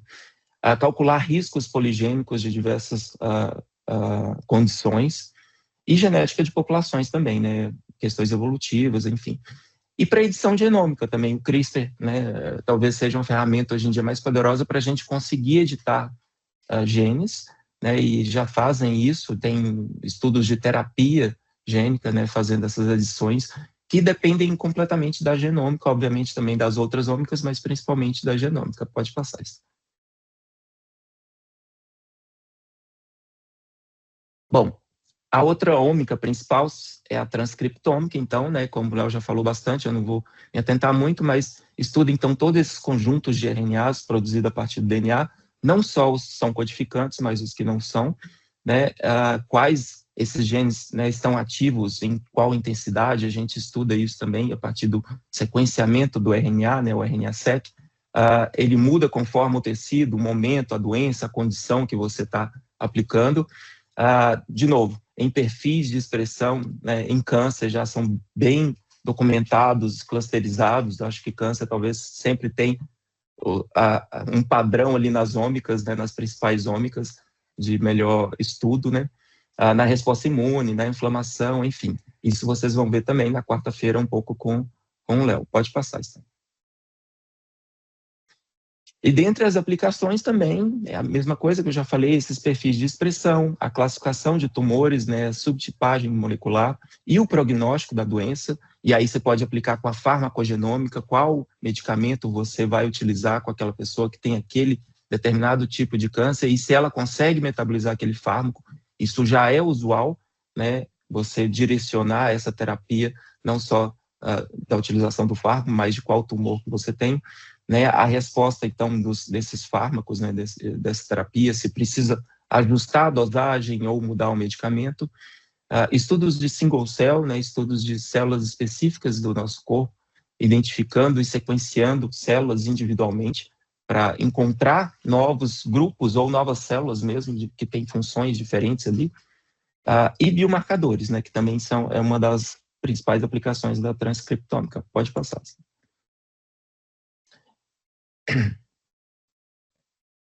E a terceira principal ômica, né, a proteômica, que vocês vão ver um pouco, né, dessa parte com a Angélica na quinta, estuda então um conjunto de proteínas produzido na nossa célula, né, que é bastante complexo também. A gente tem uma série de regulações e de processos que a gente, a partir de um gene, você pode gerar várias proteínas, vários, enfim, peptídeos diferentes, enfim. Foca, então, em qualidade, tipo e modificações nessas proteínas, né? Então, a gente também estuda essa parte da regulação traducional, né, também dessas proteínas, qual função que essas proteínas têm, se elas são enzimas, como aquelas enzimas metabolizadoras que eu falei de fármacos, se são receptores de células, né, para se ligar em outras moléculas, se fazem sinalização, então a gente consegue diferenciar isso tudo, né? E, de novo, tem as proteínas que funcionam como biomarcadores em câncer, né, doenças cardiovasculares e na inflamação, né? E vocês vão ver mais detalhes com a Angélica depois. Pode passar, Esther. Bom, nas aplicações, então, da proteômica, né, existem já vários biomarcadores clínicos que a gente utiliza para a detecção, né, do diagnóstico, prognóstico, e a gente está sempre ampliando a busca desses biomarcadores, né, principalmente por proteínas ou metabólitos também, que eu não entrei aqui, mas tem também a metabolômica, né, que eu falei lá com vocês. A gente cria essas redes de interação e sinalização entre essas proteínas para ver essas vias, né, de qual fenótipo que você está avaliando. A farmacoproteína, que está junto com a farmacogenômica, que diretamente está com a genômica. Então, vocês estão vendo que essas ômicas, elas se integram, né? É muito difícil de você trabalhar especificamente com a ômica, que em algum momento a gente precisa dessas multiômicas integradas. Então, uma vez que eu vejo uma alteração no DNA, como que essa alteração altera a proteína, como que essa proteína, né, vai se comportar para metabolizar, no caso essa enzima, metabolizar um fármaco, ou se ele vai conseguir entrar dentro da célula por um receptor, um transportador, né, de fármaco que faz esse fluxo, né, de fármacos, e a descoberta de alvos terapêuticos também, que a Angélica vai falar um pouco para vocês, que é a parte, né, que a gente trabalha ali do docking molecular, né, da dinâmica molecular, para ver como se comporta essas moléculas com alterações genéticas, né? Enfim, pode passar, Esther. Bom, diante disso, dessas três principais, né, obviamente que a gente vai abordar nesse workshop dessa semana, existem outras que eu queria só rapidamente comentar aqui, pode passar, Esther, que não são menos importantes, mas são talvez um pouco menos estudadas pela dificuldade mesmo. A epigenômica, que é extremamente necessária, é incrível, né, que ela consegue regular esses genes que são, quando eles são ligados ou desligados, quando eles são expressos, né, ou não, vão gerar proteínas ou não, sem mudar a sequência de DNA. Como eu falei com vocês, né, a epigenômica, a gente trabalha com o EWOS, né, para traçar o relógio epigenético a idade molecular desses tecidos, modificações de histona, acessibilidade à cromatina, enfim. Pode passar. Pode passar de novo. A metabolômica, né, que avalia esses metabólicos, que também são utilizados como biomarcadores, refletem nesse estado funcional do organismo, então também estão diretamente ali ligadas com a proteômica também. E como eu já falei com vocês, a farmacogenômica, né, que são as variações genéticas para predizer essa resposta e segurança de fármacos. Então a gente consegue adaptar a metabolização, otimização da dose, se a gente vai trocar o fármaco, a redução dos efeitos adversos, se gera muitos metabólitos secundários, quais, enfim, a gente consegue predizer. Obviamente, é uma predição, é uma inferência de um fenótipo, né? Por quê? Vocês estão vendo que tem várias outras ômicas que podem regular. Não é simplesmente olhar a farmacogenômica e tomar decisões, né? Mas, enfim, são inferências que a gente faz nessas ômicas. Pode passar. Bom, e como eu falei para vocês, elas não trabalham sozinhos. A gente não trabalha sozinho nessas ômicas. A gente sempre está trabalhando com genômica, ou proteômica, ou transcriptômica, tudo junto ali, integrando para a gente não só associar variações do DNA, mas as vias metabólicas, as funções celulares, essas manifestações clínicas, né, para a gente ter uma resposta para o quadro daquele paciente, né, auxiliar no quadro clínico daquele paciente, no diagnóstico, enfim. Ele refina, então, essa predição, né, gerando assinaturas moleculares mais precisas de risco. E aqui entra também aqueles estudos de genômica, de DWOS, que a gente faz predições, né, do risco poligênico, ou, na verdade, eu não gosto muito de usar risco de score poligênico, mas eu gosto de usar só o score poligênico, por não necessariamente você ter um risco de desenvolver ou tal condição ou não. Mas, enfim, o prognóstico também e a resposta ao tratamento, como eu falei para vocês, que integra essas ômicas. E, né, também prioriza novos alvos terapêuticos, né, junto com a proteômica, a farmacogenômica, identificando e validando essas proteínas via estados celulares como alvos de fármacos, né? Então, essas multiômicas, hoje em dia, a gente trabalha junto com uma série de análise lá da bioinformática, integrando e montando, né, a medicina personalizada. A medicina personalizada, ela não é só a genômica, nem só a proteômica, nem a transcriptômica. Entra várias outras dessas, dependendo da resposta que vocês querem ter.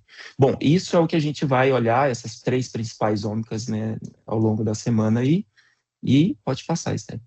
E agora, a gente...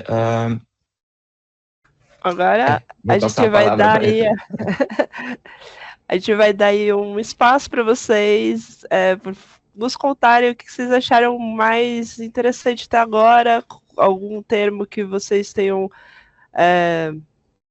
achado muito interessante. Tivemos aí a paleogenômica, organismos sintéticos, tem de Oppenheimer, tem de tudo. Então, se vocês puderem entrar aí no QR Code e nos contarem o que vocês acharam interessante, deu aquela curiosidade, bateu aí.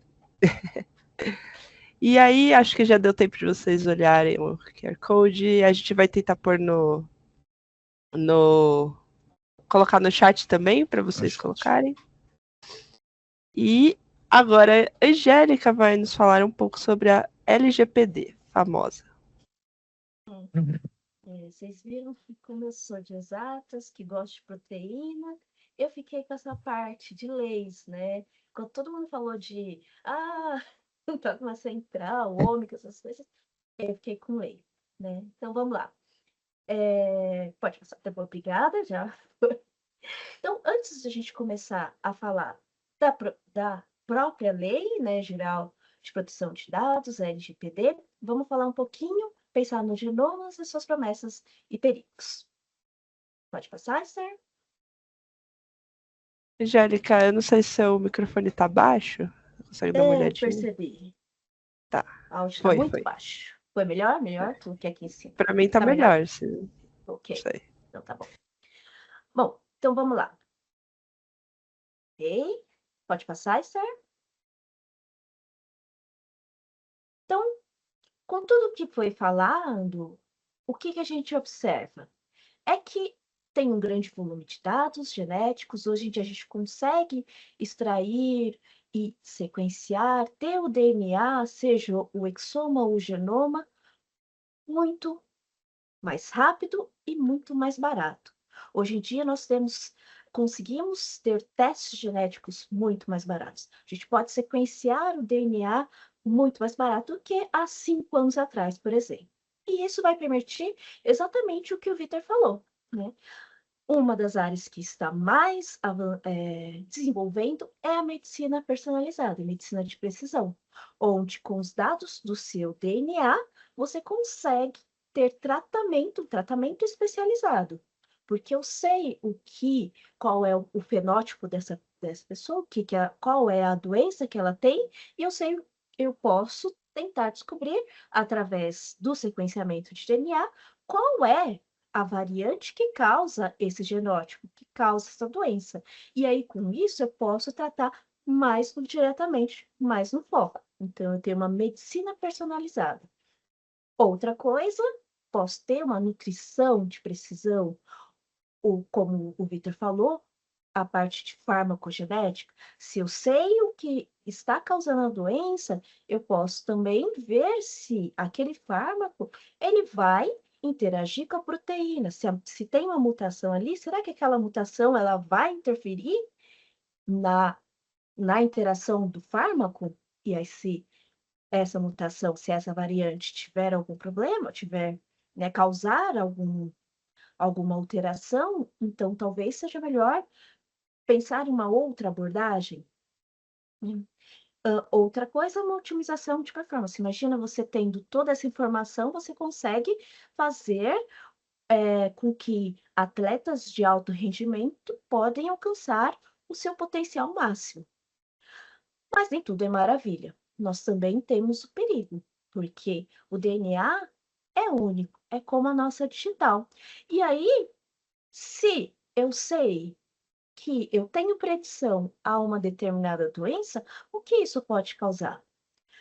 Pode acontecer discriminação por uso de predisposições genéticas, e aí vou ter problema com o plano de saúde, com seguro de saúde, né, seguro de vida, créditos, entre outras coisas. Emprego, posso ter uma exposição, que é, inclusive, irreversível, se os meus dados eles forem revelados, tiverem vazamento dessa informação, que é única sobre o indivíduo e a sua família, o que vai acontecer? Né? E é uma coisa que não é alterada. Se eu tenho aquela variante, eu tenho, não vai acontecer nada que vai alterar, como assim dizer, tá? E aí também outra coisa, um outro perigo, é a criação de rótulos para esse indivíduo ou grupo com bases em seu perfil genético. Pode passar, Esther? Por favor.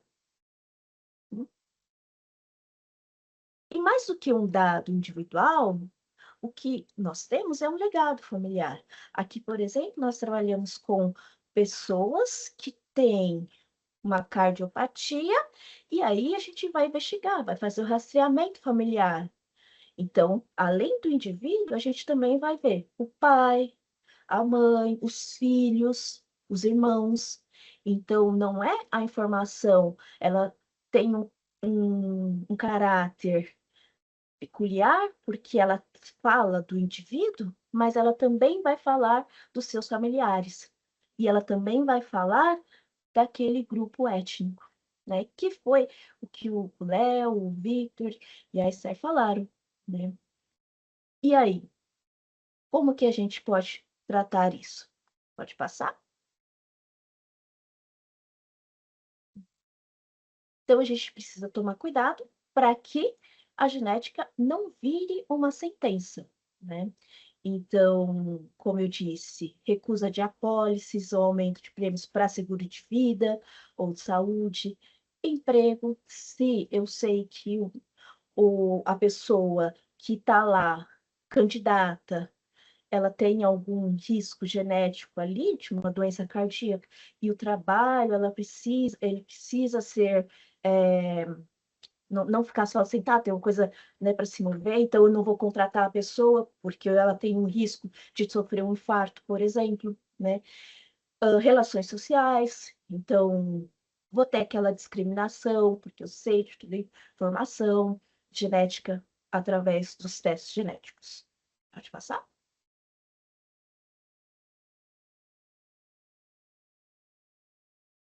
E aí, uma dica para vocês, quem não viu, tratando desse tema, um filme muito interessante. Alguém já mandou coraçãozinho ali? Então, é o Gattaca. Não vou dar spoiler, não vou falar nada. Quem não assistiu, sugestão. Esse filme, a Juliana tá falando que é ótimo mesmo. Ele fala exatamente do que eu trouxe, né? Então, dica de filmes, assistam esse filme. É um filme já antigo, né? O meu professor de biologia molecular passou na época da faculdade pra gente, né? E é muito bom. A gente não vai dar presença nos próximos dias para quem não assistir. Exato. Boa. Então, assistam, uma dica bem legal e tá bem, assim, junto com o nosso tema, tá? Bom, e aí, no Brasil, a gente teve uma resposta, que é a Lei Geral de Proteção de Dados, a LGPD, tá? Ela foi promulgada em 2018, Lei 13.709, tá? Estabelece um principal marco regulatório para tratamento de informações pessoais, isso, proteção de dados no geral, tá? Não estou falando aqui de dados genéticos, mas é uma lei que foi incluída, que foi desenvolvida aqui no Brasil para se ter esse cuidado com todo tipo de dado, tá? E o objetivo é proteger os direitos fundamentais de liberdade e de privacidade e o livre desenvolvimento da personalidade. Então, em 2018 foi aprovado a LGPD. Em 2020 aconteceu entrou em vigor a LGPD. Em 2022 teve uma emenda constitucional que eleva a proteção à categoria de direito e garantia fundamental.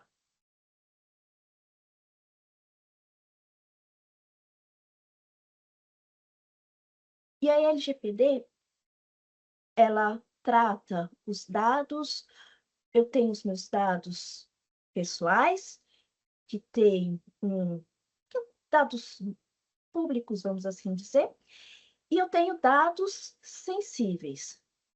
Esses dados sensíveis, eles estão dentro, a parte dos dados pessoais.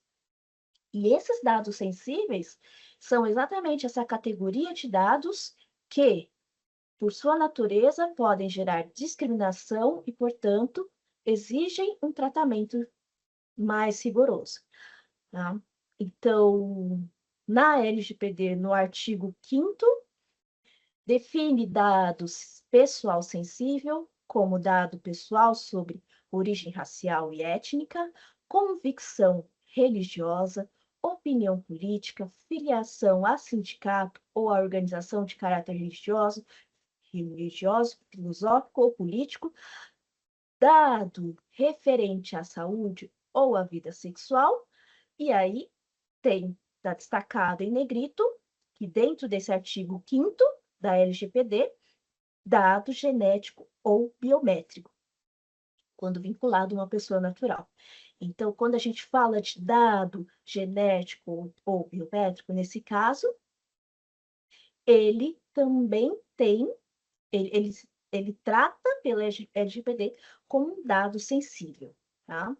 Então, ao classificar como sensível, a LGPD automaticamente aciona regras mais restritas à sua coleta, uso, armazenamento e compartilhamento, tornando a principal ferramenta de proteção.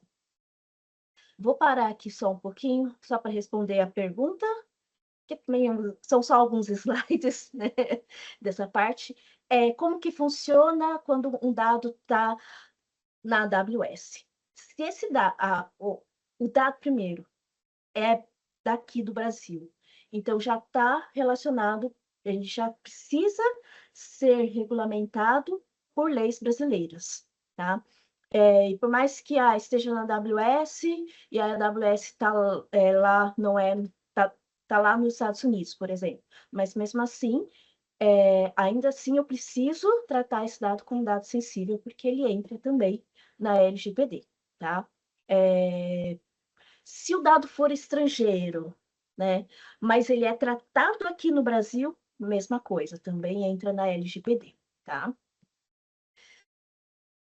É exatamente o que o Davi está falando aqui, tá? E o LGPD é independente do país, o que interessa é que o dado veio de um brasileiro, tá? Pode passar? Nada? Tá? E aí, o dado, como que eu posso tratar esses dados genéticos, né? Então, o tratamento de dados sensíveis, especificamente como os dados genéticos, ele só pode ocorrer em hipóteses estritamente definidas pelo artigo 11 da LGPD, tá? Então, eu tenho dado genético, eu vou tratar esse dado genético somente com consentimento do titular. Ele deve ser fornecido de forma específica e destacada para finalidades específicas e autorizações genéricas estão nulas, o que causa um certo problema para a gente que trabalha com pesquisa, porque imagina, você vai coletar um dado genético de uma pessoa, você vai criar essa autorização, porque precisa de um consentimento do titular, e esse consentimento, essa declaração, autorização, não pode ser genérica. Só que você vai estudar, e você vai pesquisar, e de repente, aquela informação ali que você estava tratando já não é mais tão relevante. Você precisa pensar em como que eu vou fazer se a minha pessoa, o titular, ele fez o consentimento para uma, né, para um estudo A, mas agora eu estou vendo que está indo para um estudo B. E agora? Não sei. Não tenho resposta sobre isso também, tá? Mas a gente não pode fazer uma autorização genérica, né? Não pode ser, não, você vai fornecer e acabou. Aí você autoriza a utilizar. Tá? apenas quando indispensáveis para o cumprimento de obrigações legais, regulatórias, execução de políticas públicas, realização de estudos por órgão de pesquisas, e aí a gente precisa garantir, sempre que possível, a anonimização. Eu tenho aquela amostra agora já não pertence mais à Angélica. Aquela amostra pertence ao código X, tá? E aí também vem um outro paradoxo aqui, como que eu vou garantir que acontece essa anonimização, né? Que essa informação ela não vai ser vazada, em que aquele meu dado genético que refere-se à Angélica, que eu passei a um dado anônimo agora, que é o X, não se perca, né? Não é vazado. Então, esse é um outro desafio para a gente trabalhar, tá? Proteção da vida, tutela de saúde e prevenção a fraudes e segurança do titular.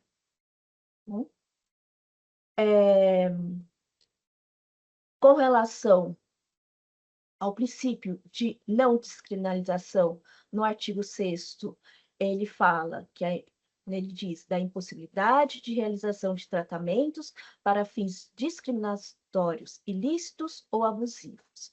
Então, pela própria LGPD, já veta o uso de qualquer dado pessoal, especialmente os sensíveis, para criar distinções ou restrições de direitos de forma injusta. Além disso, tem uma vedação explícita para os planos de saúde, que é o artigo 11, parágrafo 5 da LGPD.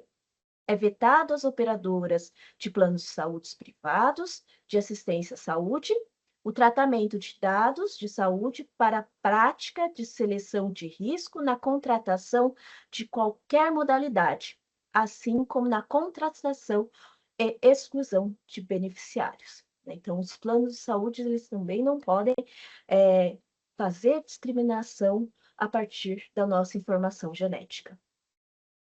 Né? E creio que com isso, Esther? Sim. Nós Estamos finalizamos. indo para o final, temos aí 5 minutinhos. Vou aqui mostrar para vocês, então, a nossa nuvem de palavras que se formou. Dá para ver que, ainda bem... aqui. Ainda bem que muita gente está interessada em genômica e transcriptômica e proteômica, porque esses são os assuntos que nós vamos falar. Tem alguém muito espertinho aqui que está interessado em tudo, muito bom, você será abraçado. E muita coisa de epigenômica. E que bom que as pessoas estão interessadas e animadas para a bioinformática, que é um mundo. Não queria causar, mas a genômica ganhou ali, hein? Tá meio grandinho. Mas você viu que tem um tópico ali, ó, predição de proteínas. Entendeu? É um tópico específico ali de proteínas. Sei se alguém quer mandar alguma pergunta no chat. Não sei se nós temos tempo. Temos 4 minutinhos. Não sei se o José ou alguém da... o José apareceu. Quer falar alguma coisa? Bom, turma, acho que foi acho não, tenho certeza que foi uma excelente abertura aí da nossa semana.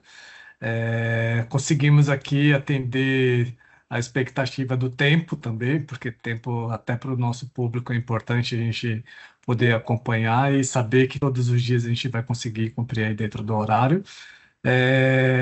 Muito obrigado pela participação de todos que conseguiram estar aqui. Gostaria de acrescentar que durante a semana, algumas perguntas que a gente vai fazer uma avaliação aqui, caso não tenha sido respondidas, a gente vai estar respondendo durante a semana. Esperamos vocês amanhã, estaremos aguardando aqui às 19 horas, recebendo vocês dentro da nossa aula. E agradeço aos professores especialistas no tema, que foi brilhante aí essa abertura, deu para aquecer bem aí o nosso encontro, e trazer aí as oportunidades que a gente vai conseguir aprender a partir de amanhã. Então, muito obrigado à turma e obrigado Obrigada, a pessoal. todos que estão por aqui. Teve uma pergunta no chat aqui que eu poderia responder. O Luiz Ricardo perguntou se nós vamos falar algo sobre NGS. E sim, nós vamos falar sobre NGS amanhã, na genômica, e também na transcriptômica com o Léo. Então, vai ter bastante NGS, sim. Aparece aí, o Luiz, que nós vamos falar disso. Então, com isso, eu gostaria também de agradecer a todo mundo. Muito obrigada e até amanhã. Todo mundo vindo até sexta, hein? Não é só para vir na segunda. Muito obrigada, pessoal. Obrigado, pessoal. Até mais. Boa noite. Até amanhã. Tchau, tchau, gente. Muito obrigado. Tchau, obrigada por todos. Nos vemos amanhã.